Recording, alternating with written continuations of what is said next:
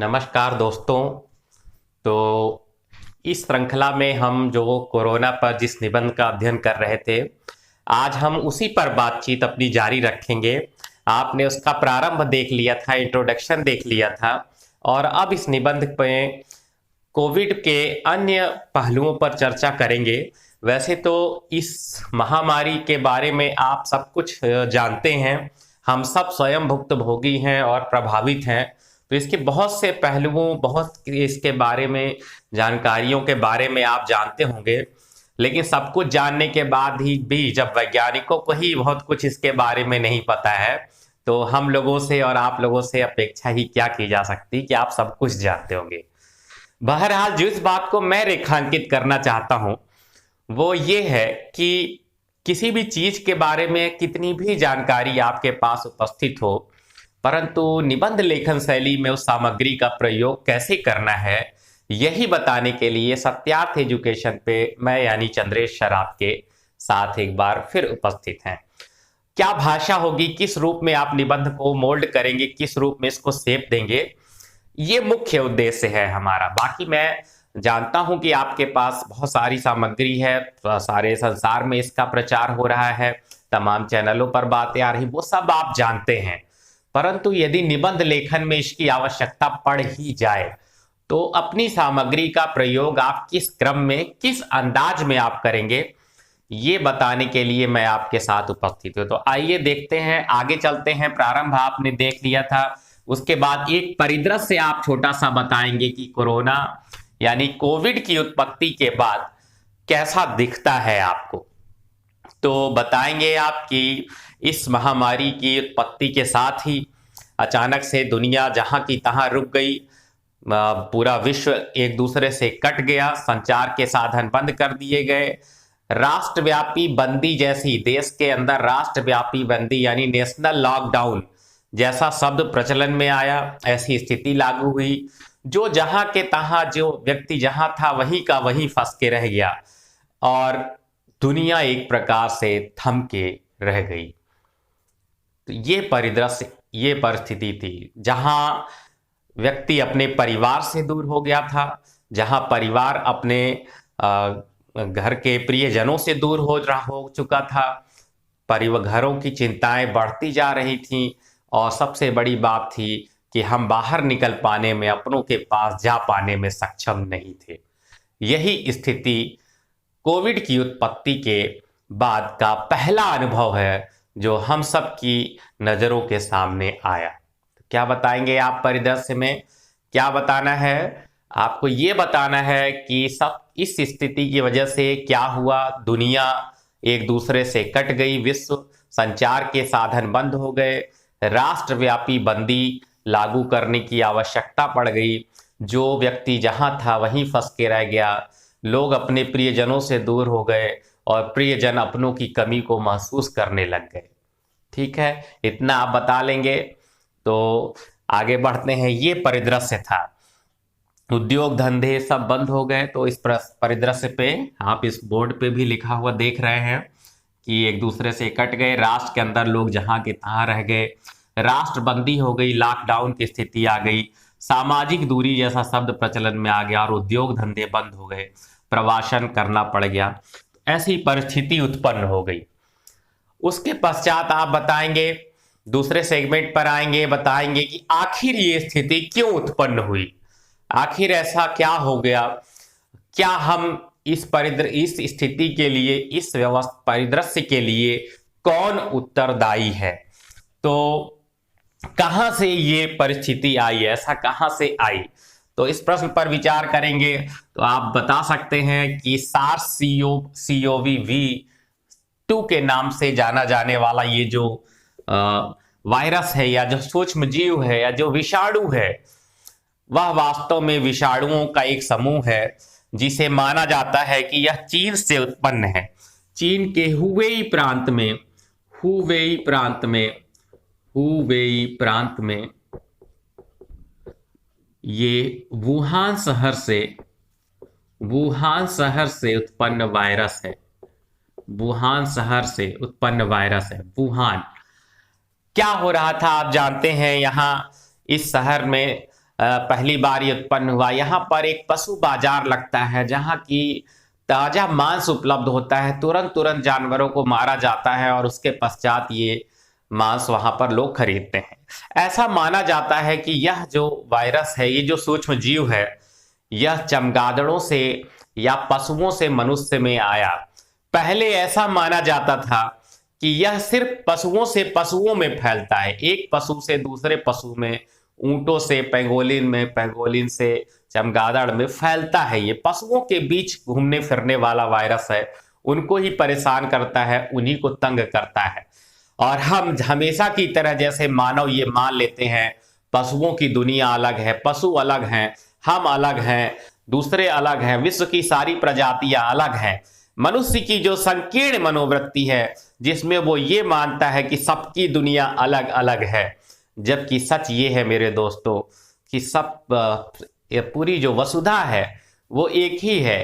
कण कण में है भगवान। भारतीय परंपरा की जो अनोखा जो मंत्र है, जो वेदों की जो सूत्र वाक्य है, जो उद्घोष वाक्य है कि कण कण में है भगवान, हर चिराणु में भगवान है, तो ये जो परंपरा है उस भावना के अनुरूप वास्तव में हम अलग करके नहीं देख सकते। और इसी मनोवृत्ति का असर ये दिखा कि ये वायरस पशुओं से पशुओं तक नहीं रहा। सुख और दुख दोनों इंटीग्रेटेड है, एकीकृत है। वो दुनिया और ये दुनिया अलग अलग नहीं है, सभी एक ही सृष्टि का अंग है, सभी एक ही विश्व का, एक ही संसार का अंग है। हम किसी को अलग करके नहीं देख सकते। तो यही जो संकीर्ण दृष्टिकोण था, उसकी वजह से हम ये मान बैठे थे कि ये जो वायरस है ये पशु से पशु में ही फैलेगा, लेकिन ऐसा नहीं हुआ। ये वायरस पशुओं से मनुष्यों में आया। किस प्रकार आया हम निश्चयात्मक रूप से नहीं कह सकते, परंतु ऐसा कहा जाता है, यह विश्वास किया जाता है कि चीन का जो ताजे मांस का जो बाजार है, जहां पर कि विभिन्न प्रकार के पशुओं के मांस, जानवरों के मांस बेचे जाते हैं, वहां चमगादड़ों से इस सूक्ष्म जीवाणु का प्रसार मनुष्यों में हुआ और उसके बाद पूरी दुनिया में ये जो प्रसार है वो मानवों से मानवों के संपर्क के माध्यम से समूचे विश्व में फैला।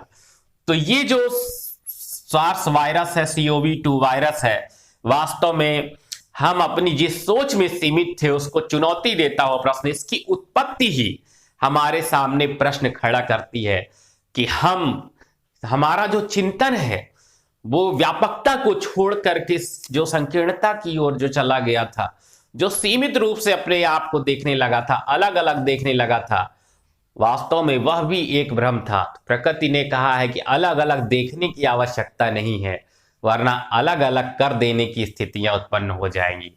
तो यह वायरस सिर्फ मनुष्यों से पशुओं से पशुओं में होगा, पशुओं से पशुओं का मामला है, उनका अपना मामला है, ये हमारा मामला है। ये जो वैयक्तिक और जो संकीर्णवादी सोच है, इसको चुनौती देना, ये इस वायरस की सूक्ष्म जीवाणु का प्रसार और उत्पत्ति, उस पूरी भावना को ही, पूरी विचारधारा को ही चुनौती देता है। तो क्या हुआ, यह सूक्ष्म जीवाणु पशुओं से मनुष्यों में आया और उसके बाद मनुष्यों से मनुष्यों के बीच इसका प्रसार होता जा रहा है। तो बता पाएंगे इसको दिलचस्प ढंग से, इसकी उत्पत्ति को? यही मैं आपको सिखाना चाहता हूं कि निबंध लेखन कला भिन्न है आपके ज्ञान और जानकारी से। ज्ञान क्या कहता है, सार्स कैसे उत्पन्न हुआ, यहां क्या बताना है निबंध को रोचक बनाने के लिए कि हम जिस सोच में बैठे हुए थे, जिस पृथकतावादी सोच में बैठे हुए थे, जिस संकीर्ण विचारधारा का हम जब शिकार थे कि पशुओं का पशुओं में है, पशुओं का अपना मामला है, उनको कितनी भी क्षति पहुंचे, नुकसान हो, इससे हमें कोई प्रभाव नहीं पड़ता। नहीं नहीं नहीं, वास्तविकता यह है कि कोई भी क्षेत्र एक दूसरे से भिन्न नहीं है, सभी एक दूसरे से समेकित है। इस पृथ्वी का, इस सृष्टि का सूक्ष्म से सूक्ष्म जीवाणु भी आपके जीवन को प्रभावित करता है। मिट्टी में रहने वाला बैक्टीरिया क्या पोषक तत्वों को प्रभावित नहीं करता? अन्य उदाहरण भी मौजूद हैं। तो ये जो वायरस की जो उत्पत्ति है, वास्तव में ये हमारे सोच की उत्पत्ति है, ये हमारे सोच पर प्रश्न चिन्ह खड़ा करती है, हमारे चिंतन पर प्रश्न चिन्ह खड़ा करती है, चिंतन पर प्रश्न खड़े करती है। ये बताती है कि वास्तव में हम पृथक नहीं है, पूरी सृष्टि एक है, सृष्टि एक है। तो इस पर आप बता पाएंगे। इसके पश्चात इस वायरस का प्रभाव किस किस रूप में पड़ा, हम इस पर विचार करेंगे। पहले हमने देखा इसकी प्रारंभ, फिर आपने इससे उत्पन्न परिदृश्य पर नजर डाली, और अब जो बात हम करेंगे वो ये है कि इसने किस किस रूप में, इस सूक्ष्म जीवाणु ने मानव जीवन को, मानवीय सभ्यता को किन किन रूपों में प्रभावित किया है, क्या क्या प्रभाव डाला है, और उसके क्या क्या संदेश और निहितार्थ हमारे लिए हो सकते हैं। इन सब बातों पर भी हम विचार करेंगे। तो आइए देखते हैं। सबसे पहले ये जो जीवाणु है उसके सामाजिक प्रभावों के बारे में देखते हैं। तो मित्रों, सामाजिक प्रभाव के बारे में जब विचार करते हैं तो यह बात सोचने वाली है, विचार करने योग्य बात है कि इस सूक्ष्म जीवाणु के प्रभाव से सबसे पहला जो शब्द प्रचलन में आया है वो है सामाजिक दूरी, सोशल डिस्टेंसिंग। तो लीजिए, अलग अलग मान रहे थे, पृथक पृथक मान रहे थे, जो चिंतन था आपका भिन्न भिन्न था, उसको पहला जवाब देता हुआ जो पहला शब्द उभर के आया वो है सामाजिक दूरी, सोशल डिस्टेंसिंग शब्द ही इस पूरे परिदृश्य का, इस महामारी के प्रसार का पहला प्रभाव है। इसका सबसे ज्यादा असर उन पर पड़ा है जो समाज के सबसे कमजोर और निःशक्त जन थे।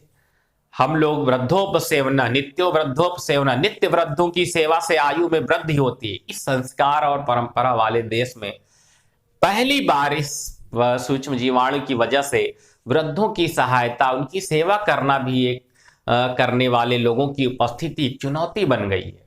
जो जहां है वहीं फंसा हुआ है।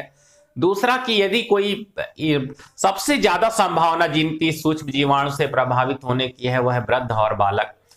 वृद्धों को जो बदलता हुआ दौर है, जहां संयुक्त परिवारों की परंपरा टूट रही है, जहां तमाम तकनीकी परिवर्तन आ रहे हैं, जहां परंपरागत मूल्यों को कायम रखना पहले ही एक चुनौती बना हुआ था, जहां समाज के बुजुर्गों को, वृद्धों को उनका स्थान देना, उनकी अहमियत को बनाए रखना ही चुनौतीपूर्ण सिद्ध हो रहा था, वैसी परिस्थिति में इस सूक्ष्म जीवाणु के आगमन और रोग के प्रसार के भय ने इसे और भी मुश्किल कर दिया है।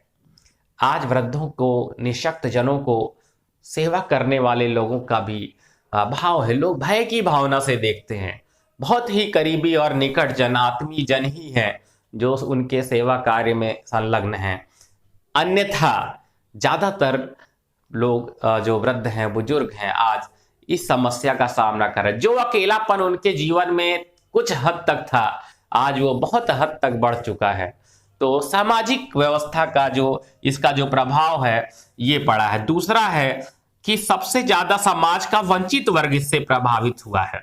जो लोग समाज में पीछे थे, निचले तबके पर थे, जिनके पास कोई और सहारा नहीं था, वैसे लोगों पर ही सर्वाधिक प्रभाव इसका पड़ा है। इसका प्रभाव ऐसा नहीं है कि समाज के कमजोर, निःशक्त जन, गरीबों पर ही पड़ा है। इसका प्रभाव सभी व्यक्तियों के जीवन में भी सामाजिक तौर पर बढ़ा है। घर के अंदर घरेलू हिंसा के मामलों में वृद्धि हुई है। मित्रों, जब भी हम ज्यादा समय आसपास अपने होते हैं, गुजारते हैं, हमें ज्यादा समझबूझ भरी दृष्टि की आवश्यकता होती। मैं ये नहीं कह रहा हूं कि हमें अपने अपनों के साथ समय नहीं गुजारना चाहिए, हमें अपनों के साथ समय गुजारना चाहिए, परंतु हमें ज्यादा समझ भरी दृष्टि का परिचय देना होता है, ज्यादा अनुशासन का परिचय देना होता है, ज्यादा खुले दिल का परिचय देना होता है, ज्यादा आत्मीयता का परिचय देना होता है। तब संबंधों की गहराई, तब संबंधों की उष्णता कायम रहती है। ऐसा माना जाता है कि जितनी आवृत्ति होगी, जितना बार आप फेस करेंगे, जितनी बार मुलाकात होगी, जितना ज्यादा आप एक दूसरे के टच में आएंगे, खतरा दो तरफा है। या तो संबंधों की गर्मी समाप्त हो जाएगी, आपके तमाम नकारात्मक पहलू आप सब उभर के सामने आएंगे, और हो सकता है कि उससे तनाव की सृष्टि हो। तो सामाजिक जीवन में घरेलू हिंसा के मामलों में वृद्धि भी एक बड़ा इसका उदाहरण है, इसका नकारात्मक प्रभाव है। बहुत सारा समय अपने घरों में गुजारने से, एक घर के अंदर बंद हो जाने पर बहुत सी छोटी बातें भी घरेलू हिंसा का कारण बन जा रही हैं। तो ये एक बड़ी बात है कि घरेलू हिंसा के मामलों में वृद्धि हुई है। क्या हुआ है? तो घरेलू हिंसा के मामलों में वृद्धि हुई है।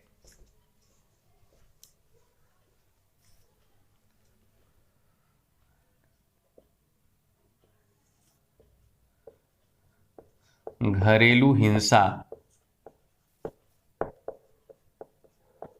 के मामलों में वृद्धि हुई है।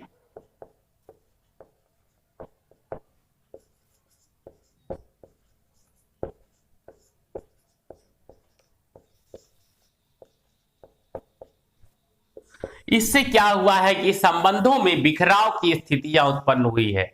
ये एक बड़ा सहज स्वाभाविक है कि जब हम अपनों से दूर होते हैं तो हमें उनकी याद आती है, और जब हम अपनों के पास होते हैं तो बहुत सी छोटी बातें हमारे बीच अनबन का मुद्दा बन जाती हैं। तो ये अनबन जो है तनाव, और तनाव से आगे बढ़कर बिखराव की स्थितियों में ना पहुंचे, इसका ध्यान हमेशा रखना चाहिए। परंतु कोरोना वायरस, कोविड की उत्पत्ति ने और परिस्थितियों ने ऐसी स्थितियां निर्मित कर दी हैं जहां की संबंधों की शुद्धता को कायम रख पाना भी चुनौती है। तो घरेलू हिंसा के बढ़ते हुए मामलों में वृद्धि हुई है तथा संबंधों में बिखराव की स्थितियां उत्पन्न हुई हैं। संबंधों में बिखराव की स्थिति उत्पन्न हुई है।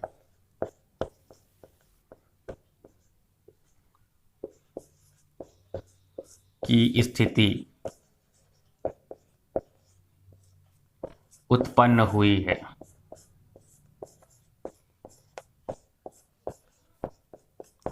और फलस्वरूप संबंधों की उष्णता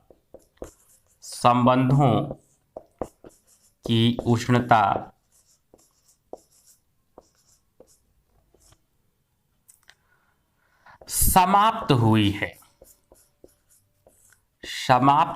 है। तो ये एक बड़ा प्रभाव पड़ा है सूक्ष्म जीवाणु का, ये एक बड़ा नकारात्मक प्रभाव पड़ा है जिसने कि लोग हमारी सामाजिक जो ताना बाना है, हमारा जो सोशल स्ट्रक्चर है, उसको अस्त व्यस्त करके रख दिया है। तो ये एक बड़ी महत्वपूर्ण बात है। संबंधों में थोड़ा सा लुकाव होना चाहिए, थोड़ा सा तो कभी कभी थोड़ा दूर जाना भी उसको मजबूत बनाए रखने के लिए आवश्यक होता है। तो कोरोना वायरस ने ऐसी परिस्थितियां उत्पन्न की हैं जहां हमें अपने संबंधों को समेटे रखने के लिए भी प्रयास करने की, ज़्यादा समझ बूझ भरी दृष्टि का परिचय देने की आवश्यकता है। तो इसके सामाजिक प्रभावों में एक बड़ा प्रभाव ये है। दूसरी बात, आप और अगर इसके सामाजिक प्रभावों को देखें तो आप देखते हैं कई बार आपको ऐसी असहज स्थितियों का सामना करना पड़ता है जहां की आप जिसके अभ्यस्त नहीं होते हैं।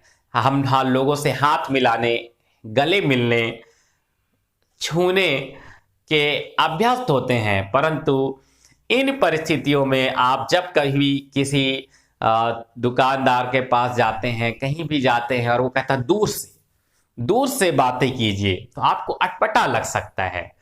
परंतु आपको समझना होगा कि वास्तव में यह दूरी भी, इसका दूसरा आयाम यह है कि ये दूरी भी वास्तव में निकटता का परिचायक है। वो हमारी और आपकी और समाज की सामूहिक रूप से चिंता का ही परिचायक है। तो कोरोना वायरस के संबंध में सूक्ष्म जीवाणु का जो सामाजिक जीवन पर जो प्रभाव पड़ा है, अपने आप में इस रूप में भी पड़ा है कि अब इसकी व्याख्या भी बदलनी होगी। करीबी क्या है, निकटता क्या है, उसका परिचय किस प्रकार हम देते हैं, इसके बारे में भी हमें बदलना होगा। हो सकता है कि जो शख्स आपसे कह रहा है कि आप थोड़ा दूर से दूरी बना के ही खड़े हो सकता है वो आपका सबसे बड़ा शुभचिंतक हो। वही हमारा शुभचिंतक है इस दौर में, इस महामारी के दौर में वही हमारा शुभचिंतक है। भारतीय शास्त्रों में भी कहा गया, आपातकाले मर्यादा नास्ति। आपातकाल में सामान्य धर्म का पालन नहीं करना है। ये शास्त्र आपको अनुमति प्रदान करता है कि आपातकाल में, विषम परिस्थितियों में आपको जो सामान्य धर्म है, सामान्य व्यवस्था है, उसके पालन से आपको छूट प्रदान की जाती है। तो इसका दृष्टिकोण बदलने की आवश्यकता है। तो सामाजिक प्रभाव जो है वास्तव में वो इस रूप में पड़े हैं जिन्होंने संबंधों को और औपचारिकताओं को पुनर्परिभाषित करने पर भी जोर दिया है। तो सामाजिक जो मूल्य हैं उसमें थोड़ा बहुत उनकी व्याख्या की जरूरत है। तो सामाजिक परंपराओं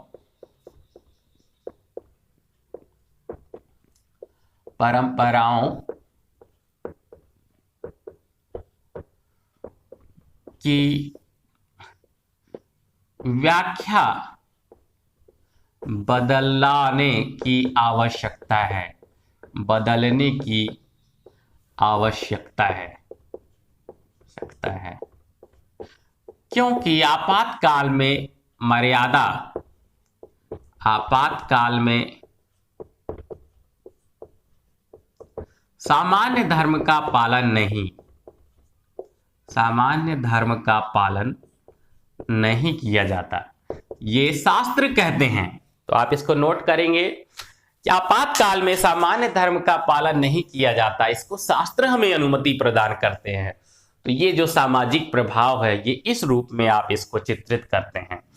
अब हम कुछ और बिंदुओं को देखेंगे कि क्या और प्रभाव पड़ा। तो हम इधर आते हैं, हमें इसको मिटाना होगा मित्रों जितना जगह है। तो शैक्षणिक प्रभाव,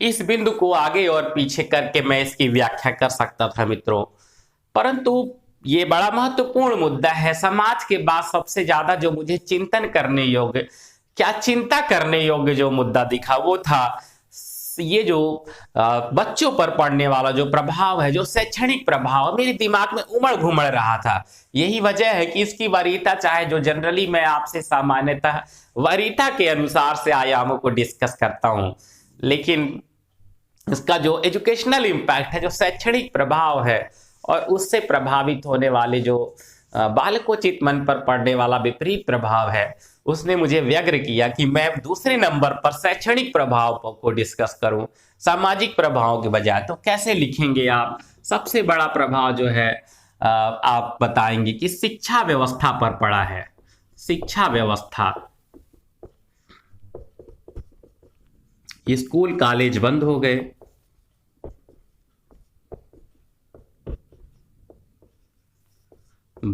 गए, और इसमें भी चुनौतीपूर्ण रहा बालक शिक्षा। बालक शिक्षा जहां स्कूल वास्तव में सामाजिक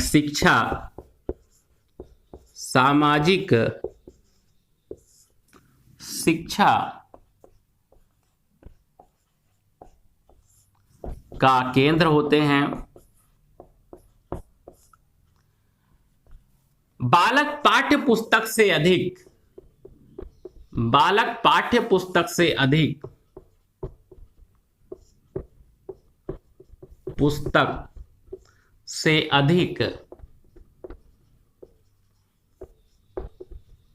सामाजिक अंतःक्रिया के माध्यम से सीखता है। सामाजिक अंतःक्रिया क्रिया के माध्यम से सीखता है।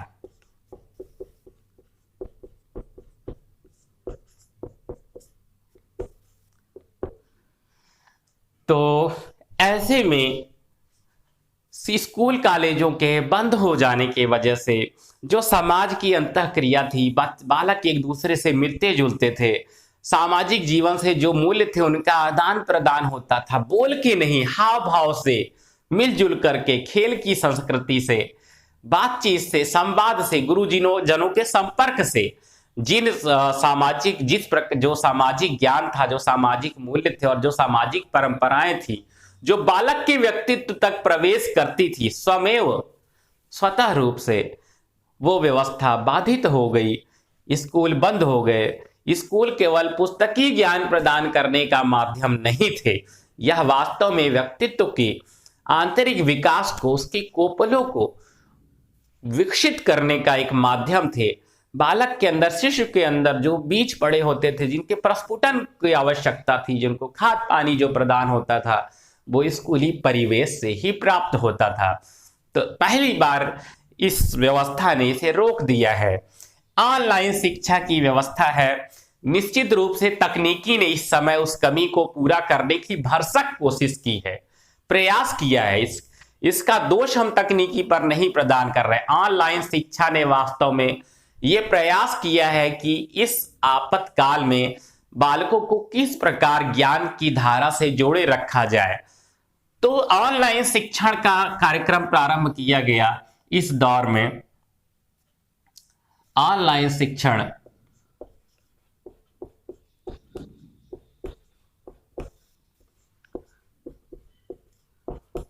कार्यक्रम चल रहा है तकनीकी के माध्यम से। तकनीकी ने प्रयास भी किया है कि उस रिक्त स्थान को भर सके, लेकिन इस बात को यथार्थता से स्वीकार करना होगा कि तकनीकी के तमाम प्रयासों के बावजूद भी वह स्कूली शिक्षा का या सीधे संपर्क का स्थान नहीं ले पाई है। दूसरा महत्वपूर्ण मुद्दा यह है कि तकनीकी का बालकों के जो बाल मन है उस पर भौतिक रूप से और मानसिक रूप से अभी कुछ विपरीत प्रभाव भी पड़े हैं। तो एक बालक तक कितना ऑनलाइन शिक्षा किस अनुपात में और कितना पहुंचाई जा सकती है, इसका ध्यान भी रखा जाना होगा। और दुर्भाग्य से बहुत से शिक्षण संस्थानों के द्वारा ऑनलाइन पाठ्यक्रम में इस अनुपात का ध्यान नहीं रखा गया है। तो ये एक बड़ी समस्या है। ऑनलाइन शिक्षण में बालकों के शारीरिक और मानसिक रूप से विपरीत प्रभाव भी पड़े हैं।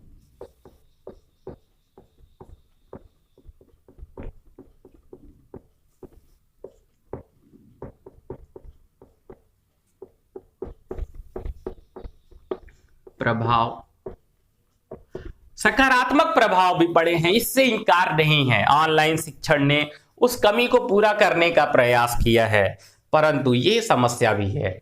और इससे भी बड़ी समस्या है कि जो तकनीकी है, डिजिटल प्रौद्योगिकी है, वो सबके पास उपलब्ध नहीं है। सबके पास उपलब्ध नहीं है।